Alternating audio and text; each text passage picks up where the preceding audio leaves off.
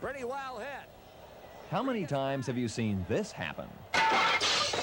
Well, wives and mothers of outfielders, your men are one step closer to avoiding those bothersome headaches and unsightly bruises. If I stand here, nothing happens, but if I start doing that, now it's picking me up. Right. So your body is what triggers it. And I see that going all the way around the stadium because the outfielders aren't the only people who run into walls. See, I did something. Yes, it's the latest from Mizuno, the wall sensor designed to warn fielders of impending doom. Just one more unique idea from that Japanese sporting goods company with a flair for the unusual.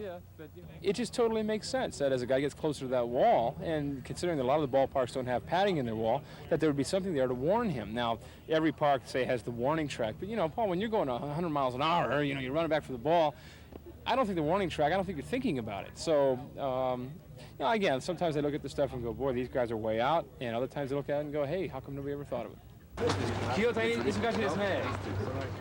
Every spring, the Mizuno Sporting Goods display and workshop on wheels motors into big league camps in Arizona and Florida with a battery of Japanese technicians, one of whom brings with him 43 years of glove-making experience. It's the crew's job to restring, custom fit, and in general, satisfy the major leaguer with a particular concern. And when ball players talk, apparently Mizuno listens. Their suggestion, for example, that Mizuno come up with a lightweight glove.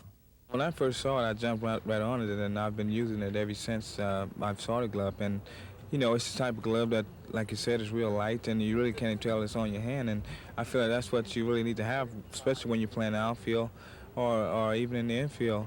These clever designers have also come up with the Optiweb, a glove with a built-in sun visor of durable polarized material.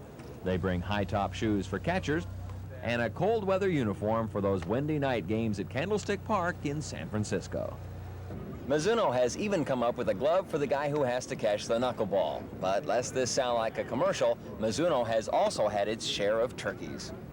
The computer glove, we call it the Mellow, which stood for Mizuno Electronic Battery, and of course battery meaning the pitcher and the catcher. And the way that worked is the catcher had a microcomputer on the back of his ball glove, and he would hit a couple of buttons, a microwave would go out, and on the pitcher's glove it would light up what pitches the catcher wanted him to throw. And the idea came from ball players who told us, hey, you know, when I was in the minor leagues at night games, I had trouble seeing the signs because the lights weren't very good.